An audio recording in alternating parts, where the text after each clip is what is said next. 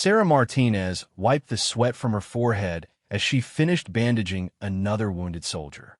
The makeshift medical tent in the Afghan mountains was stifling hot, and the smell of antiseptic mixed with dust filled her nostrils. She had been working for 18 hours straight, treating everything from minor cuts to life-threatening injuries. Her hands moved with practiced precision, a skill she had developed over 3 years of military service as a Navy medic. Outside the tent, she could hear the rough voices of the SEAL team that had arrived 2 days ago. They were an elite group, known for their toughness and their attitude toward anyone they considered weak. Sarah had dealt with their type before. They looked at her small frame, her gentle way of speaking, and her quiet nature, and they saw weakness. They saw someone who didn't belong in their world of violence and warfare. "Hey, Doc," called out Jake Morrison, the team leader, as he ducked into the tent. He was a mountain of a man with arms like tree trunks and a voice that could wake the dead. "Got any aspirin? Tommy's got a headache from all the thinking he's been doing." The other SEALs outside burst into laughter. Tommy Williams, the youngest member of their team, was known for being book-smart but lacking common sense. Sarah had noticed how the others treated him, always making jokes at his expense. She didn't find it funny. "There's a bottle on the supply table," Sarah said without looking up from her patient. "Help yourself." Jake grabbed the bottle and shook out 2 pills. "You know, Doc, you're pretty handy with the medical stuff. But out here, when things get real, you might want to stay in your tent. This isn't a place for someone like you." Sarah's jaw tightened, but she kept her voice steady. "I've been in 3 combat zones, Sergeant Morrison. I think I can handle myself." "Combat zones?" Jake laughed. "Sitting in a safe medical tent while real soldiers do the fighting isn't combat, sweetheart. You patch people up after the brave, ones get hurt doing the real work." The other soldiers in the tent shifted uncomfortably. They knew Sarah's reputation. She had saved dozens of lives, often running into dangerous situations to reach wounded soldiers. But the SEALs didn't know her story, and they weren't interested in learning it. Sarah's hands never stopped working as she cleaned and dressed wounds. "My job is to save lives, not take them. See, that's the difference between us," Jake said, leaning against the tent pole. "We're willing to do whatever it takes to complete the mission, even if it means getting our hands dirty. You stick to your safe little world of bandages and medicine." Sarah finally looked up at him. Her brown eyes were calm, but there was something behind them that Jake didn't notice. "Everyone has their role to play, Sergeant." "Sure they do," Jake agreed with a grin. "Some people are warriors, and some people are support staff." After Jake left, Sarah continued her work in silence. The wounded soldiers she was treating looked at her with sympathy. They had all heard stories about her courage, but they also understood how hard it was to be respected in a male-dominated military environment. That evening, Sarah sat outside her small tent, writing in her journal by the light of a small lamp. It was something she did every night, recording not just the medical cases she had handled, but also her thoughts and feelings about the war and her place in it. She thought about her childhood in San Antonio, where her father had been a police officer and her mother a nurse. Both had taught her the importance of helping others, but they had also taught her that sometimes helping others required making difficult choices. Her father had told her stories about times when he had to use his weapon to protect innocent people. Her mother had told her about making life and death decisions in the emergency room. Sarah had joined the military to serve her country, but also because she wanted to prove to herself that she could handle anything life threw at her. She was tired of people underestimating her because of her size or her gentle nature.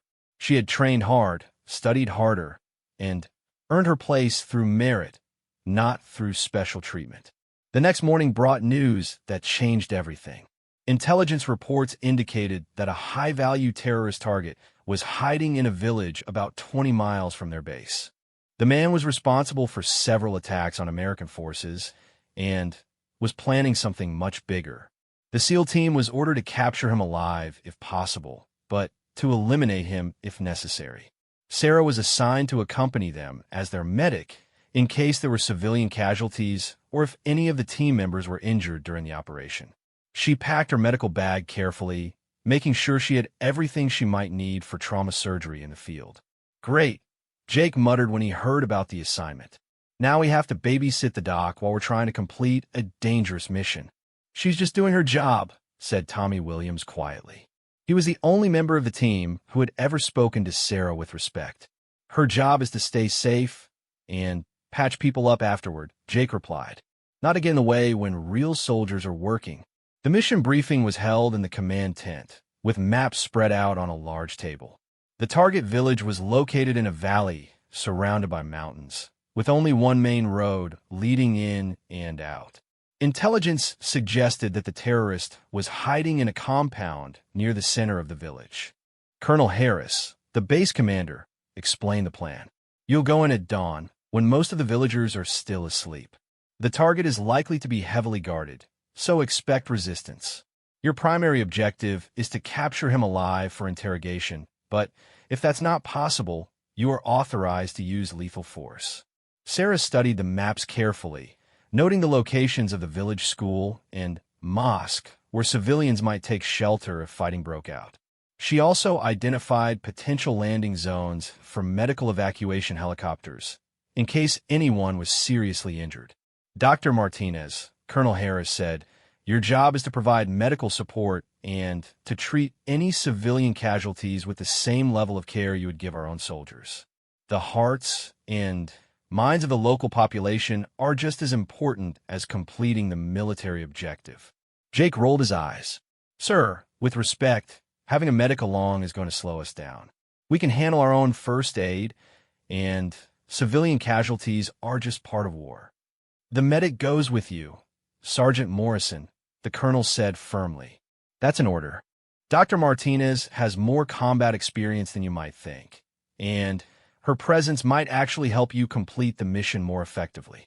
After the briefing, Sarah spent the rest of the day preparing her equipment and reviewing the medical protocols for treating injuries in a combat environment. She also spent time at the firing range, practicing with her sidearm. It had been several weeks since she had fired a weapon, and she wanted to make sure her skills were sharp, just in case. The shooting range was empty except for the range master, an older sergeant named Rodriguez who had been in the Army for 20 years. He had seen Sarah shoot before and knew she was much better with a weapon than most people realized. "Heard you're going out with the SEALs tomorrow," Rodriguez said as Sarah loaded her pistol. "That's right," Sarah replied, taking her stance and aiming at a target 50 meters away. "Those boys don't think much of anyone who isn't a SEAL," Rodriguez warned. "They're good at what they do, but they can be pretty arrogant." Sarah fired 6 shots in rapid succession, all hitting the center of the target. "I'm not going out there to impress them. I'm going to do my job and bring everyone home alive." Rodriguez nodded approvingly as he watched her reload. "Your daddy teach you to shoot like that?" "My daddy and my mama both," Sarah said with a small smile. "They believe in being prepared for anything." That night, Sarah couldn't sleep. She lay in her narrow cot, listening to the sounds of the camp settling down for the night. In the distance, she could hear the SEALs talking and laughing in their tent. They were probably telling stories about their previous missions, building up their confidence for tomorrow's operation. Sarah thought about the last time she had been in a real firefight. It had been 6 months ago when her convoy was attacked while transporting wounded soldiers to a larger medical facility. The ambush had come out of nowhere, with enemy fighters appearing from behind rocks and trees along the mountain road. The convoy security team had been caught off guard, and several soldiers had been wounded in the first few minutes of the attack. Sarah had found herself in the middle of a chaotic battle, trying to treat wounded soldiers while bullets flew overhead. She had saved 3 lives that day, crawling under enemy fire to reach wounded men and dragging them to safety. But she had also been forced to use her weapon. When an enemy fighter had tried to execute one of her wounded patients, Sarah had shot him without hesitation. It was the first time she had ever killed another human being, and the memory still haunted her dreams sometimes. The experience had taught her that being a medic in a war zone meant more than just treating injuries. Sometimes it meant making split-second decisions about who to save first. Sometimes it meant putting yourself in danger to help others. And sometimes it meant taking a life to save a life. As she finally drifted off to sleep, Sarah thought about her parents and wondered what they would think about tomorrow's mission. She knew they would be proud of her for serving her country, but she also knew they would worry about her safety. She had stopped telling them about the dangerous parts of her job at her letters home, not wanting to add to their stress. The alarm woke her at 4 in the morning. It was still dark outside, but she could see lights moving around the camp as soldiers prepared for the day's operations. Sarah dressed quickly in her combat uniform, checked her equipment one more time, and made her way to the mess tent for a quick breakfast. The SEALs were already there, eating in silence. They looked focused and professional, very different from their joking demeanor of the previous day. Sarah respected their ability to switch from relaxed to mission-ready so quickly. It was a skill that all good soldiers needed to develop. "Morning, Doc," Tommy Williams said quietly as she sat down with her tray. "You ready for this?" "As ready as anyone can be," Sarah replied, stirring sugar into her coffee. "How about you?" Tommy nodded, but she could see the nervousness in his eyes. This was only his second mission with this particular team, and he was still trying to prove himself to the others. Sarah understood that pressure well. Jake Morrison finished his breakfast and stood up, addressing his team. "Wheels up in 30 minutes. Everyone knows their job. We get in, grab the target, and get out. Simple and clean." He looked at Sarah with something that might have been concern. "Doc, you stay with the vehicles unless we specifically call for you. This isn't going to be a medical mission." Sarah nodded, but she had already decided that if soldiers or civilians needed medical attention, she would go wherever she was needed, regardless of what Jake Morrison thought about it. Her oath as a medical professional was clear: do no harm, but also do everything possible to save lives. The helicopter ride to the target area was tense and quiet. Sarah sat between Tommy and another SEAL named Marcus, watching the Afghan landscape pass below them. The mountains were beautiful in the early morning light, but she knew that beauty could be deceiving in a war zone. As they approached the landing zone, Sarah could see the village spread out in the valley below. It looked peaceful, with smoke rising from cooking fires and a few early risers moving through the streets. She hoped that the peaceful appearance wasn't about to be shattered by violence. The helicopter touched down in a field about half a mile from the village, and the team quickly unloaded their equipment. Sarah shouldered her medical bag and checked her weapon one more time. Whatever happened in the next few hours, she was determined to prove that she belonged here, that she could handle whatever challenges came her way. Jake Morrison gathered his team around him for a final briefing. "Remember, we want this guy alive if possible. But if he resists or if we take fire, we do whatever is necessary to complete the mission and protect ourselves." He looked directly at Sarah. "Doc, you set up here with the radio operator. If we need you, we'll call. Otherwise, stay put and stay safe."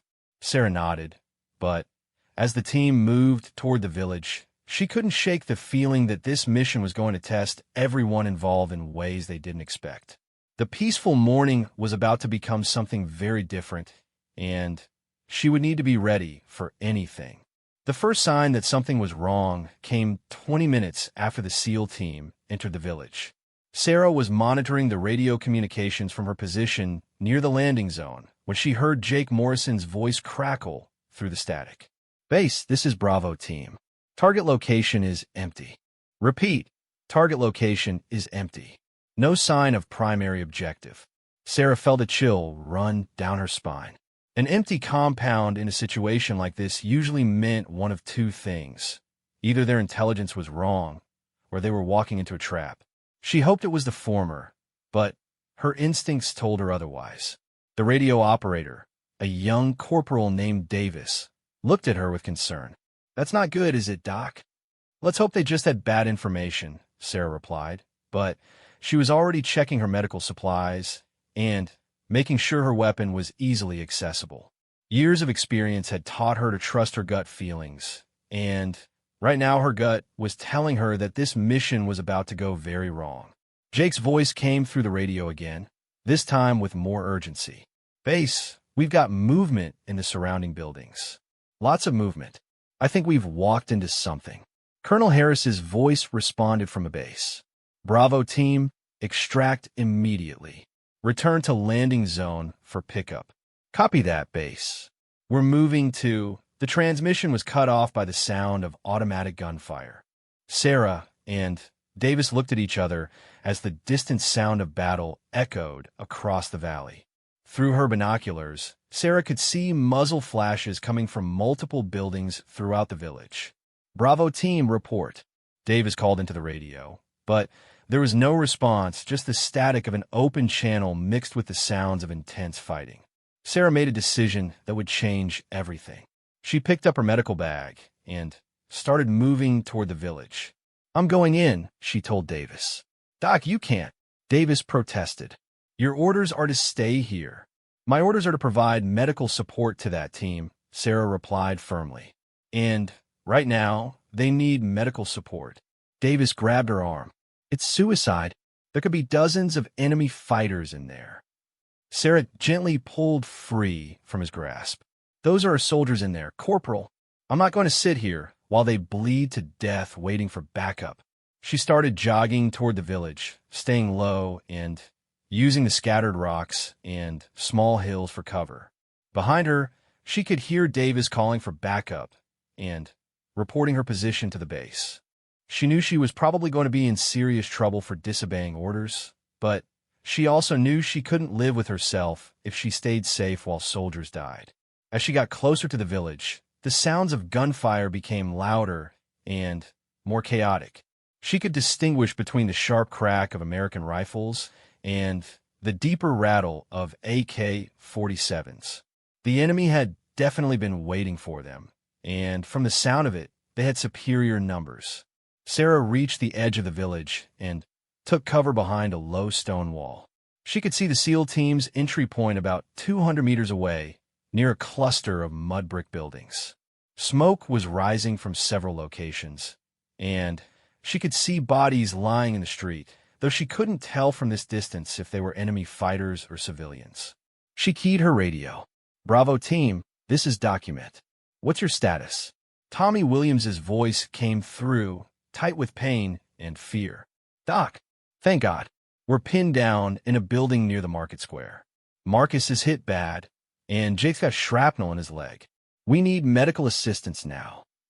I'm coming to you, Sarah replied, studying the route she would need to take. Where exactly are you? Blue building with a metal roof, about 50 meters east of the fountain. But, Doc, there are shooters everywhere. You can't make it through this. Sarah was already moving. She sprinted from cover to cover, using her knowledge of combat medicine to guide her path. She had learned long ago that the fastest way to reach wounded soldiers was often not the safest way, but sometimes speed was more important than safety. A bullet whined past her ear as she dove behind an overturned cart. Enemy fighters had spotted her, and they were now actively trying to prevent her from reaching the wounded Americans.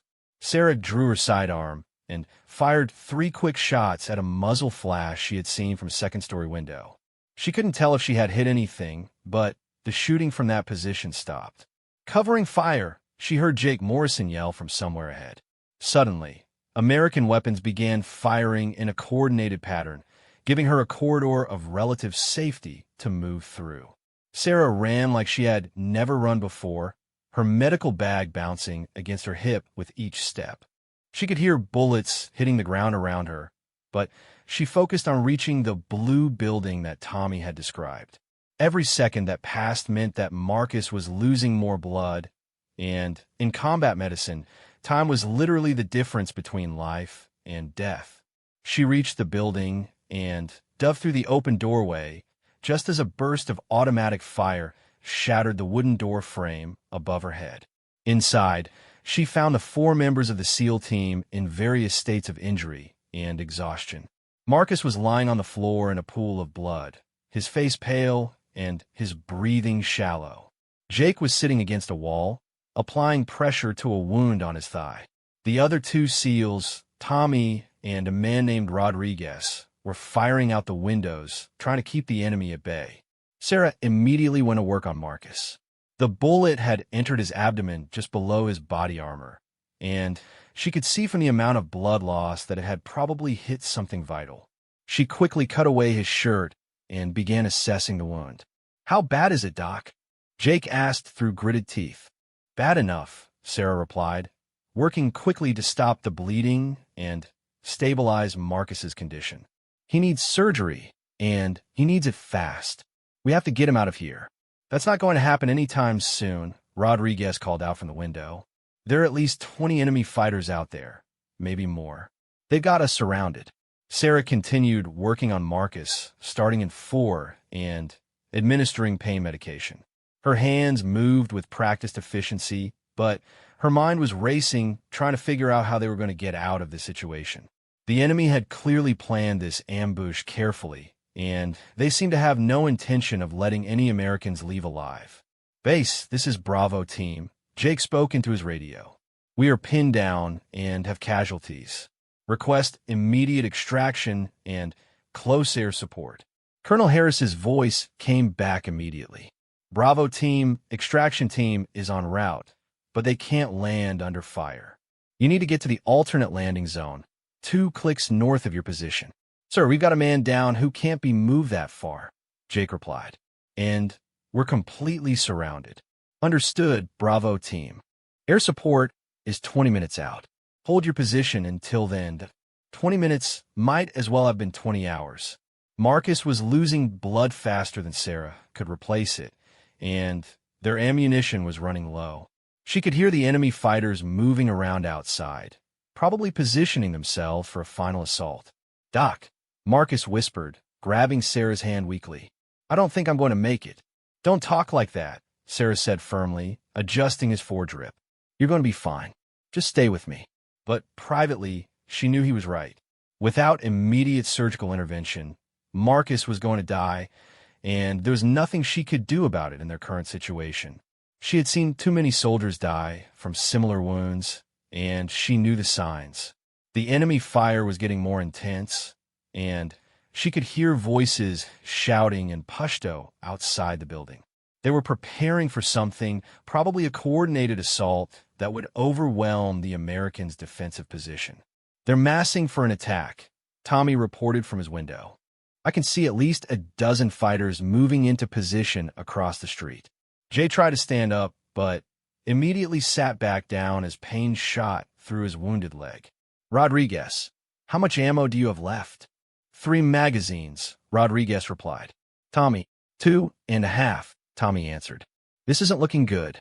Sarah finished her work on Marcus and moved to examine Jake's leg wound. The shrapnel had missed the major arteries, but it was lodged deep in the muscle, and he was in considerable pain. She gave him a shot of morphine and bandaged the wound as best she could. "I can walk," Jake insisted. "If we have to run for it, don't worry about me." "Nobody's running anywhere," Sarah said quietly. "Not without Marcus." Jake looked at her with something approaching respect. "Doc, Marcus is done for. You know it, I know it, and he knows it. If we try to carry him out of here, we're all going to die." Sarah met his gaze steadily. "I didn't take an oath to save only the soldiers who have a good chance of survival. I took an oath to save everyone I can, for as long as I can."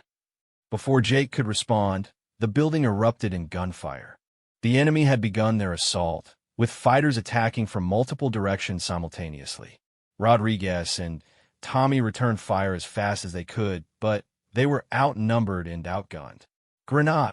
Tommy yelled, and everyone hit the floor as an explosion rocked the building. Dust and debris rained down from the ceiling, and Sarah could taste blood in her mouth. When the ringing in her ears subsided, she could hear Rodriguez groaning in pain. She crawled over to him and found that he had taken shrapnel in his shoulder and arm. It wasn't life-threatening, but it would limit his ability to fight effectively. She quickly bandaged his wounds while bullets continued to fly overhead. "Doc," Jake said urgently, "you need to get out of here. There's a back window that leads to an alley. You might be able to make it back to the landing zone." Sarah looked at him, as if he had suggested she abandon her own children. "I'm not leaving you. This isn't about heroics." Jake snapped. "This is about reality. We're all going to die here, but you still have a chance." Sarah was about to respond when she heard the distinctive whine of approaching aircraft. Through the gunfire, she could make out the sound of helicopter rotors and jet engines. The air support that Colonel Harris had promised was finally arriving. "Base, this is Bravo Team." Jake called into his radio, marking our position with smoke. Tommy pulled out a smoke grenade and tossed it out the window. Orange smoke began billowing up from the street in front of their building, clearly marking their location for the incoming aircraft. The first pass of the attack helicopters was devastating. Sarah could hear the enemy fighters screaming as rockets and machine gun fire tore through their positions. The intense gunfire that had been directed at their buildings suddenly lessened as the enemy fighters took cover or fled. But Sarah knew this was only temporary. As soon as the helicopters finished their attack run, the enemy would regroup and continue their assault. They needed to use this brief respite to get out of the building and reach the extraction point. "We move now," Jake ordered, struggling to his feet. "Rodriguez, can you walk?" "I can manage," Rodriguez replied, though Sarah could see he was in considerable pain. "What about Marcus?" Tommy asked.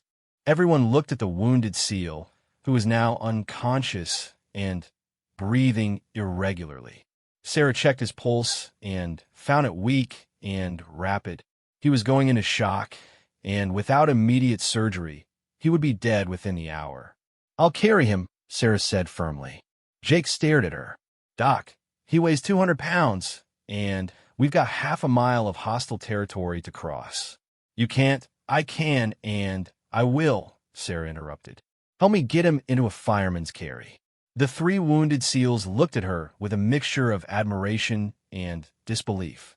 This small woman, who they had dismissed as weak and unsuited for combat, was proposing to carry a man twice her size through enemy territory.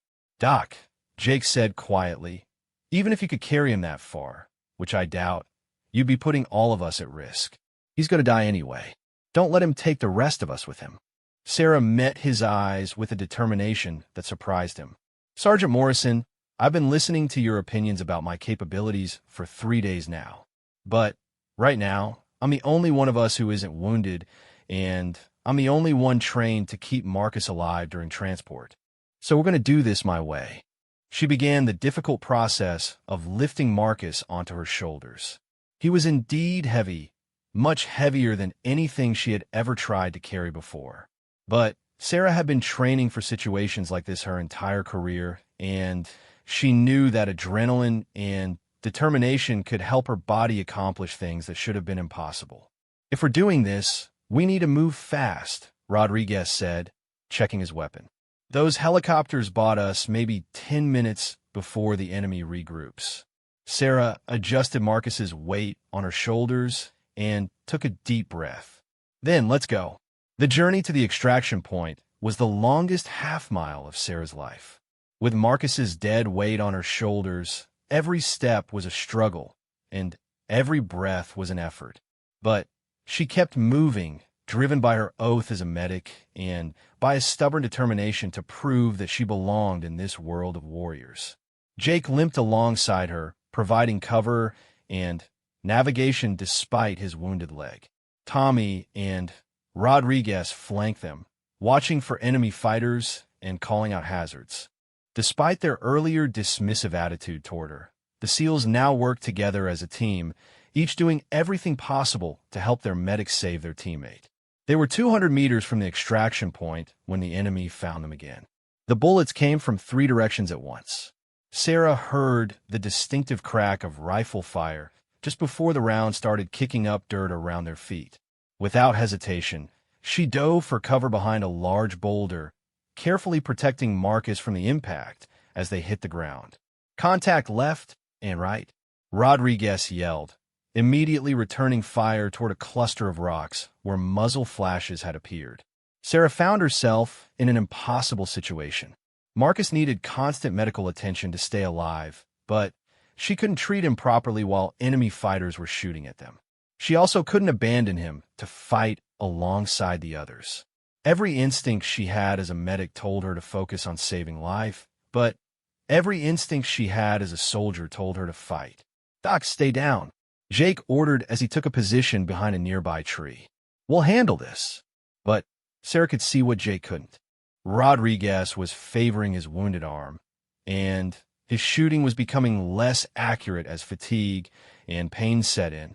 Tommy was doing his best, but he was clearly overwhelmed by the intensity of the firefight. And Jake himself was struggling to stay upright on his injured leg. The extraction helicopter was circling overhead, but the pilot couldn't land while they were under fire.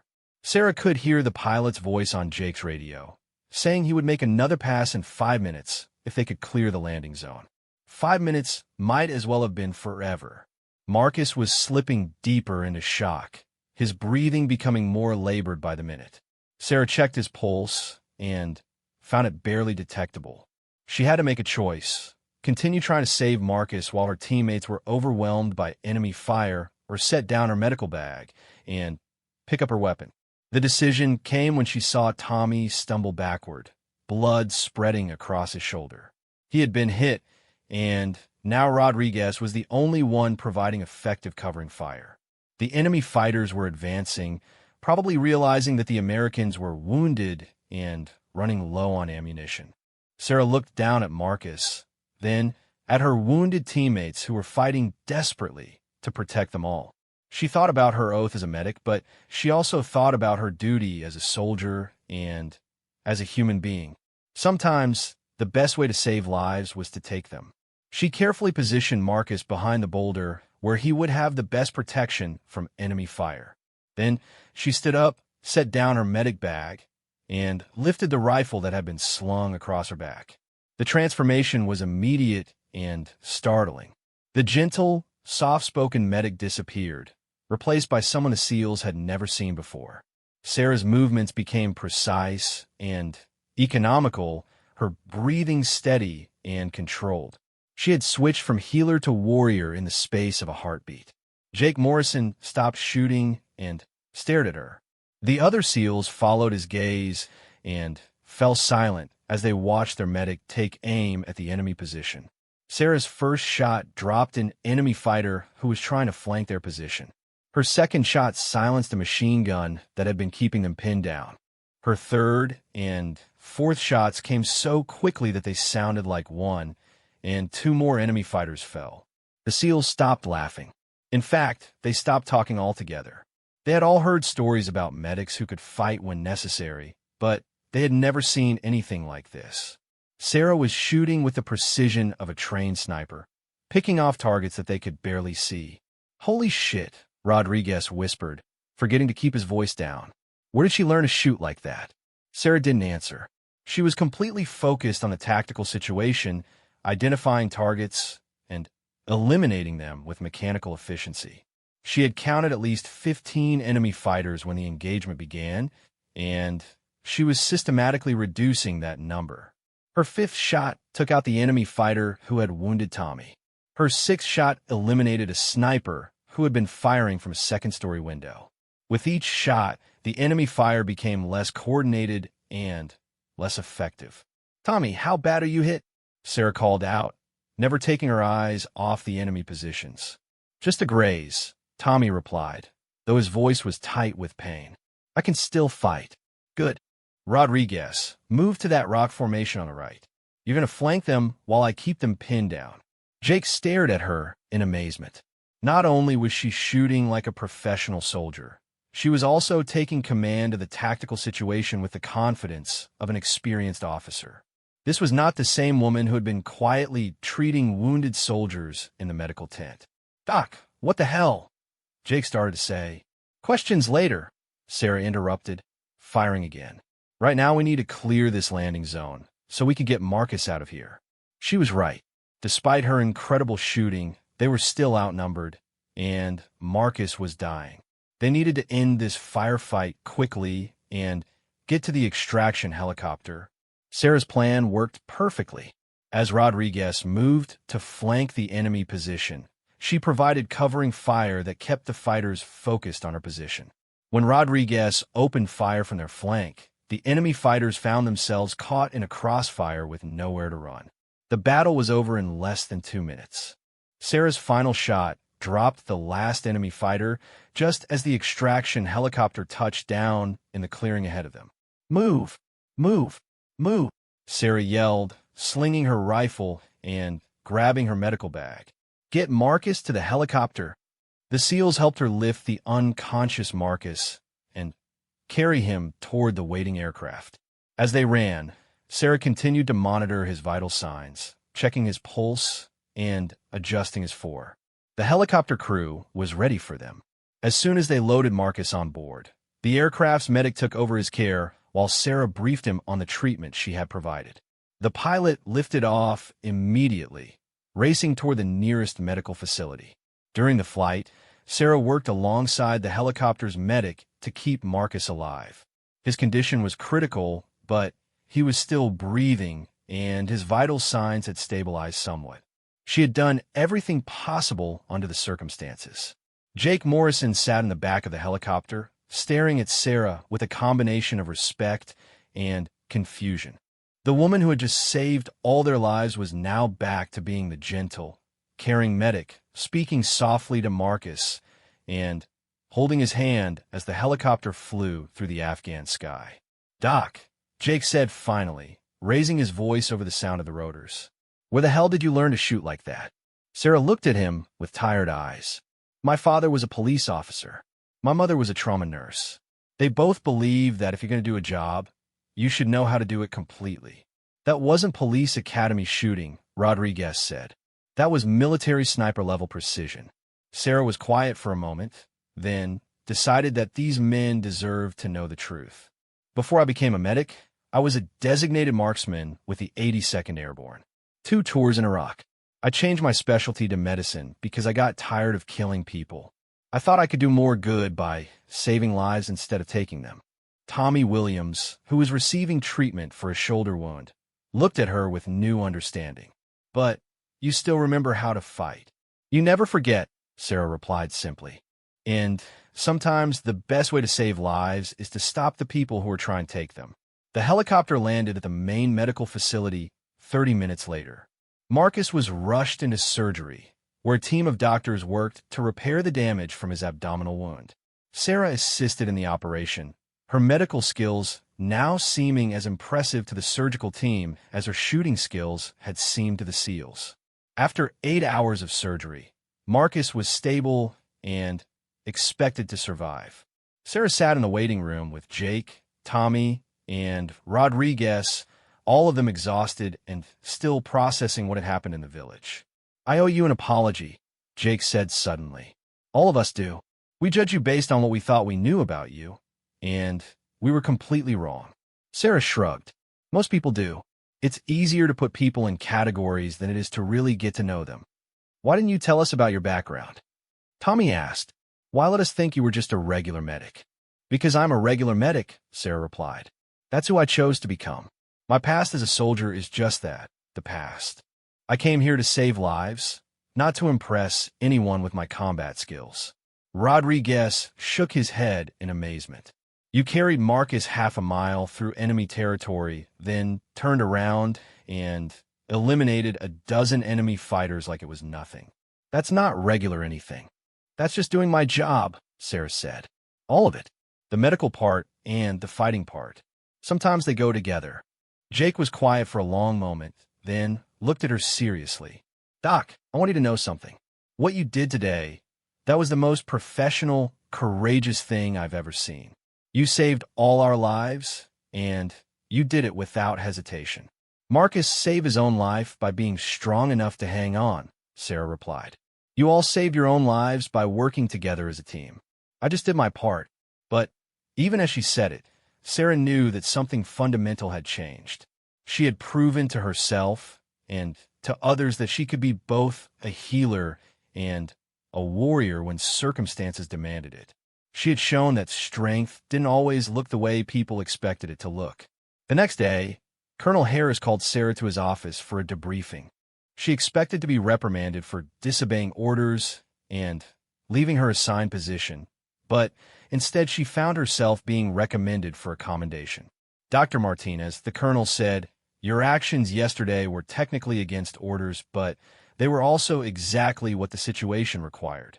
You showed exceptional judgment, courage, and skill under fire." Sarah shifted uncomfortably in her chair. "I was just doing my job, sir." "Your job was to provide medical support," Colonel Harris replied. "What you did was much more than that. You took command of a deteriorating tactical situation and turned it around. You saved 4 American lives and eliminated a significant enemy threat. Will there be disciplinary action for disobeying orders?" Sarah asked. Colonel Ali smiled. "Doctor, there's a difference between disobeying orders and using initiative in a fluid combat situation. You made the right call, and everyone came home alive because of it." He handed her a folder containing her new orders. "You're being transferred to a forward operating base where they need a medic with your particular combination of skills. The unit you'll be working with specifically requested someone who could provide medical support in high-threat environments."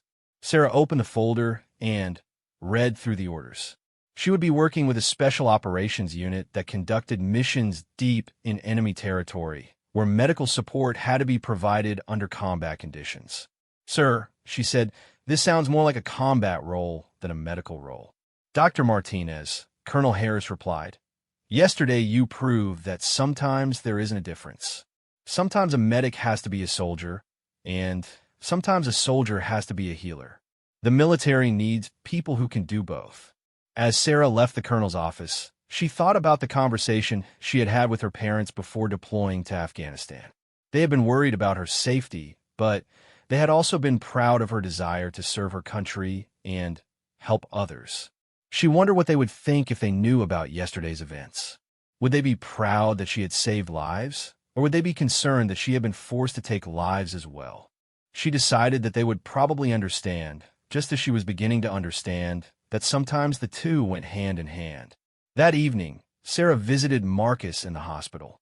He was awake and recovering well from his surgery. When he saw her, he smiled weakly. "Hey, Doc," he said in a hoarse voice. "I hear you turned into Rambo after I passed out." Sarah laughed. "Something like that. How are you feeling?" "Like I got shot in the stomach," Marcus replied. "But alive, thanks to you. The doctor said I would have died without the treatment you gave me in that building." "You would have done the same for me," Sarah said simply. Marcus was quiet for a moment, then looked at her seriously. "Doc, I want you to know something. When we first met, I thought you were just another soft medic who would probably crack under pressure. I couldn't have been more wrong." "It's okay," Sarah said. "Most people make assumptions. It's human nature." "No, it's not okay," Marcus insisted. "We're supposed to be professionals. We're supposed to judge people based on their abilities, not their appearance or their job description. You're the toughest person I've ever met, and I'm ashamed that it took me so long to realize it." Sarah sat down in the chair next to his bed. "Marcus, can I tell you something?" He nodded. "For a long time, I thought I had to choose between being a healer and being a warrior. I thought they were opposite things, that you couldn't be both. But yesterday I realized that sometimes they're the same thing. Sometimes the most compassionate thing you can do is to fight for the people who can't fight for themselves." Marcus smiled. "You sound like you figured something important out." Sarah nodded. "I think I have. I've spent so much time trying to prove that I'm not just a woman in a man's world, or just a medic in a combat zone. But the truth is, I don't have to prove anything to anyone except myself. I know who I am and what I'm capable of." "And what's that?" Marcus asked. Sarah stood up and adjusted his fore, slipping back into her role as a caregiver. "I'm someone who saves lives. Sometimes with medicine, sometimes with a rifle. Whatever the situation requires." As she left the hospital that night, Sarah felt a sense of peace that had been missing from her life for a long time. She had found a way to reconcile the different parts of herself, the healer and the warrior, the woman and the soldier, the person who wanted to help others, and the person who was willing to fight for what was right. Tomorrow she would report to her new assignment, where she would work with soldiers who understood that the line between medic and warrior wasn't always clear. She would continue to save lives in whatever way the situation demanded, and she would never again apologize for being exactly who she was. 6 months later, Sarah Martinez stood in the briefing room of Forward Operating Base Thunder, looking at a map of the Hindu Kush Mountains. The Special Operations Unit she now worked with was preparing for their most dangerous mission yet, and every person in the room understood that some of them might not be coming back. The unit was different from any she had worked with before. These soldiers knew her reputation, and they respected her from the first day she arrived. They called her Doc, just like everyone else, but there was no condescension in their voices. They knew she could fight as well as heal, and they trusted her completely with their lives. Captain Rodriguez, not the same Rodriguez from the SEAL team, but a Special Forces officer with 15 years of experience, pointed to a remote valley on the map. Intelligence indicates that a high-value target is meeting with local Taliban commanders in this village tomorrow night. This is our chance to capture him alive and gather critical information about planned attacks on American forces. Sarah studied the terrain carefully. The village was surrounded by steep mountains and accessible only by a narrow trail. It would be a difficult insertion and an even more difficult extraction, especially if they encounter resistance. "What's the civilian population?" Sarah asked, her medical instincts making her consider potential collateral damage. "Approximately 200 people," Captain Rodriguez replied. "Mostly farmers and their families. Intelligence suggests that many of them are sympathetic to the Taliban, but they're still non-combatants." Sarah nodded. One of the things she appreciated about this unit was that they took civilian casualties as seriously as she did. They understood that winning the war meant winning the hearts and minds of the Afghan people, not just eliminating enemy fighters. The team consisted of 8 operators plus Sarah. Each member had specific skills that contributed to the mission's success. There was Williams, the communications specialist, Jackson, the demolitions expert, Thompson, the sniper, and 5 others, each a professional soldier with years of experience in special operations. "Doc," Captain Rodriguez said, "your role is threefold. Primary medical support for the team, of course. Secondary, treat any civilian casualties we might encounter. And tertiary, provide tactical support if the situation requires it." Sarah appreciated the honesty. Unlike her previous assignments, this unit acknowledged that she might need to fight, and they had factored her combat skills into their planning. She was listed on the mission roster as both a medic and a designated marksman. "Rules of engagement?" Sarah asked. "Capture the target alive, if possible. Defend ourselves and the civilian population. Minimize collateral damage. If we can't capture the target, we eliminate him rather than let him escape to plan more attacks on American forces." That night, Sarah performed her pre-mission ritual. She cleaned her weapon thoroughly, checked her medical supplies, and wrote a letter to her parents. It was something she did before every dangerous mission, though she hoped they would never have to read it.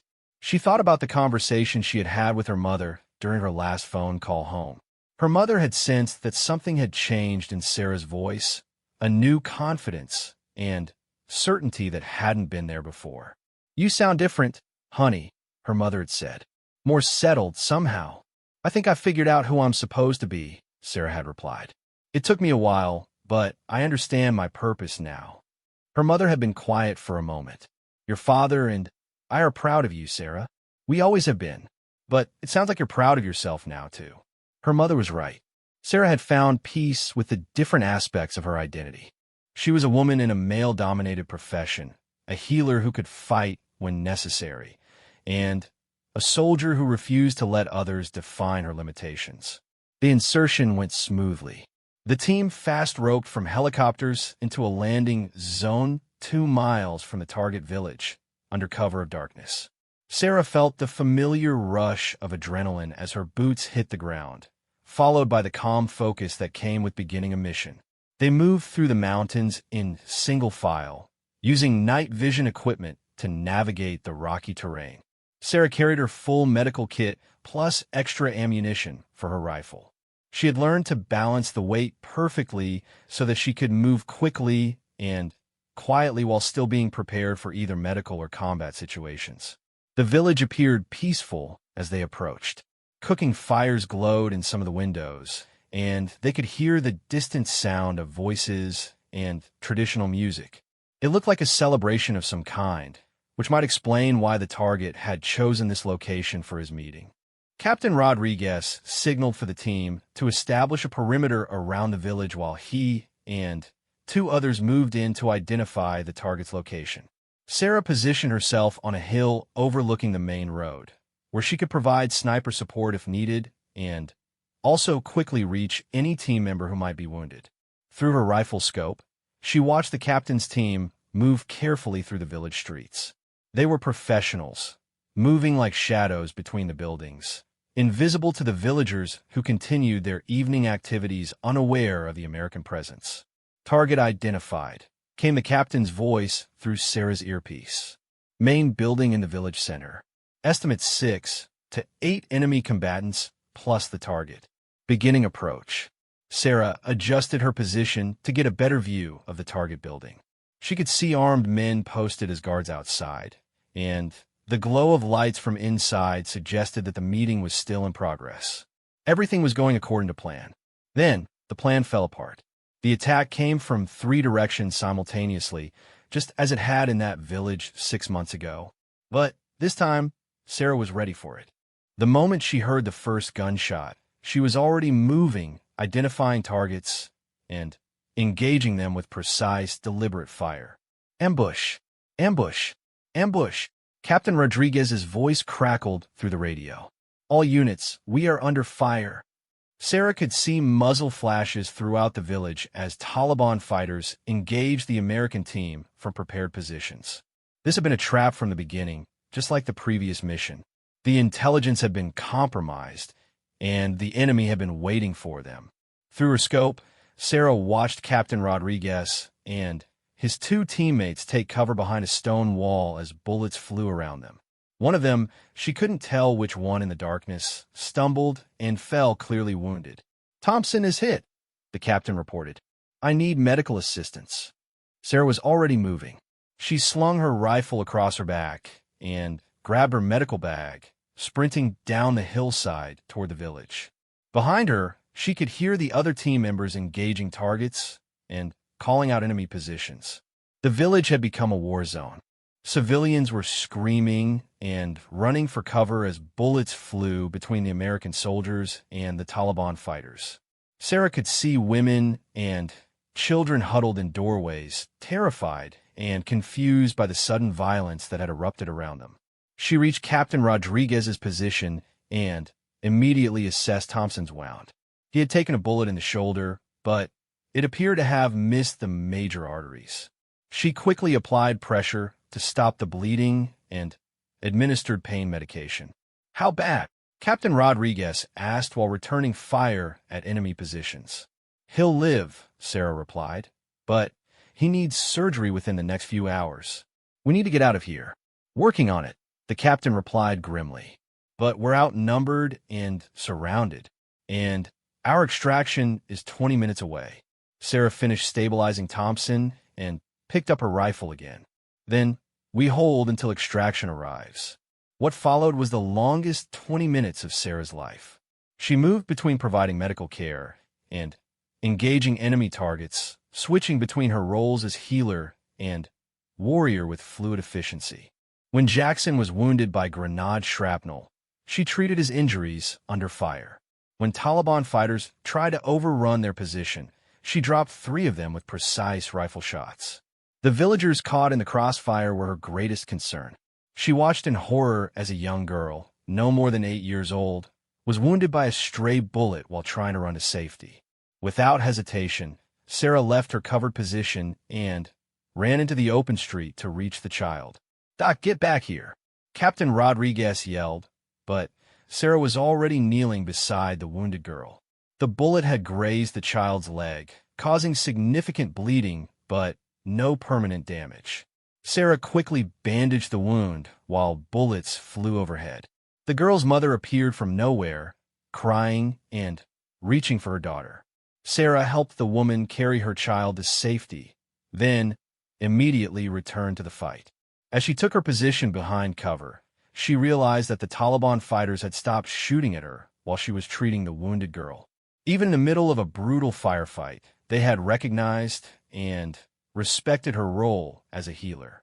It was a moment of humanity in the midst of violence, and it reminded Sarah why she had chosen to become a medic in the first place. But it also reminded her that sometimes being a healer meant being willing to fight for those who couldn't fight for themselves. The extraction helicopters arrived just as the team's ammunition was running critically low. Sarah provided covering fire while the wounded team members were loaded on board. Then, she was the last person to board the aircraft as it lifted off from the village. As they flew away from the combat zone, Sarah looked back at the village below. The fighting had stopped, and she could see people emerging from their hiding places to check on their families and neighbors. She hoped that the wounded girl would be okay, and she hoped that someday this war would end and children wouldn't have to be afraid of bullets and explosions.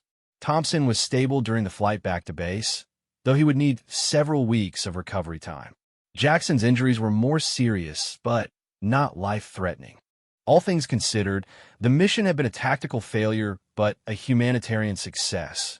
Everyone had come home alive, including the civilians who had been caught in the crossfire. After the debriefing, Captain Rodriguez found Sarah in the medical tent where she was restocking her supplies for the next mission. "Doc," he said, "I wanted to talk to you about what happened in that village." Sarah looked up from her inventory list. "What about it? When you ran out to help that wounded girl, you exposed yourself to enemy fire. That was incredibly dangerous." "It was also necessary," Sarah replied calmly. She was a child, and she was bleeding. "I'm a medic. It's what I do." Captain Rodriguez was quiet for a moment. "Doc, in all my years of military service, I've never seen anything like what you did today. The way you moved between treating wounded soldiers and engaging enemy targets, the way you risked your life to help that civilian child, it was extraordinary." Sarah shrugged. "It was just doing my job. All of it." "No," the captain said firmly. "It was more than that. It was being the kind of person that this war needs more of. Someone who can fight when necessary, but who never forgets what they're fighting for." That evening, Sarah sat outside her tent, writing in her journal as she did every night. She thought about the wounded girl and hoped she was recovering well. She thought about Thompson and Jackson, who would both return to duty once they healed. She thought about the Taliban fighters who had respected her role as a healer even in the middle of a firefight. Most of all, she thought about the person she had become over the past year. She was no longer the uncertain young medic who had arrived in Afghanistan trying to prove herself to skeptical male soldiers. She was a professional who understood her own abilities and limitations, someone who could heal and fight with equal skill, someone who had found peace with all the different aspects of her identity. A month later, Sarah received word that she was being awarded the Silver Star for her actions during the village firefight. The citation specifically mentioned her courage in treating wounded civilians under enemy fire and her tactical skill in helping to repel a numerically superior enemy force. When Captain Rodriguez presented her with the medal, he said something that she would remember for the rest of her military career. "Doc, you've shown all of us that true strength isn't about being the toughest or the meanest. It's about being willing to do whatever the situation requires, whether that's healing or fighting or risking your life for someone else's child." Sarah looked at the medal in her hands and thought about the journey that had brought her to this moment. She remembered the young woman who had joined the military to prove herself, who had switched from combat arms to medicine because she wanted to save lives instead of taking them, who had struggled to find her place in a world that seemed to demand she choose between being a warrior or a healer. Now she understood that she had never needed to choose. She could be both, and the world was better for it. That night, Sarah called her parents to tell them about the medal. Her father, the police officer who had taught her to shoot, was proud but not surprised. Her mother, the nurse who had taught her to heal, was equally proud and equally unsurprised. "We always knew you were special, honey," her mother said. We just had to wait for you to figure it out yourself.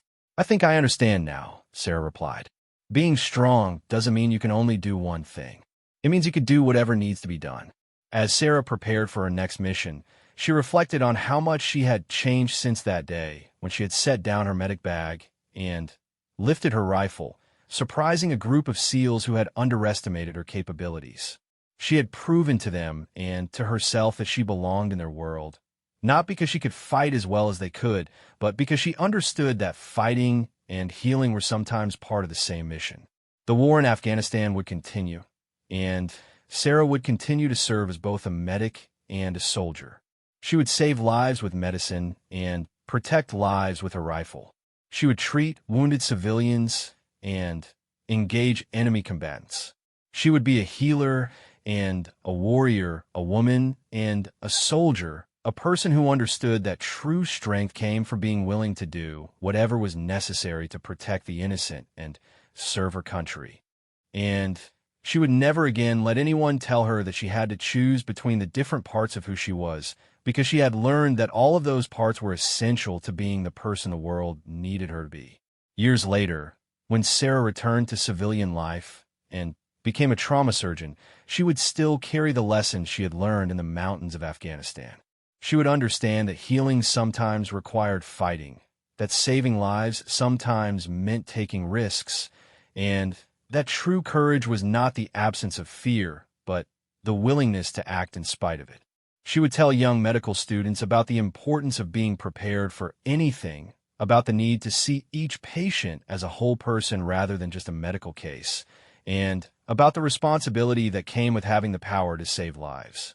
And occasionally, when she met young women who were struggling to find their place in demanding professions, she would tell them about the day she set down her medic bag and lifted her rifle, and how that moment had taught her that she never had to be just one thing.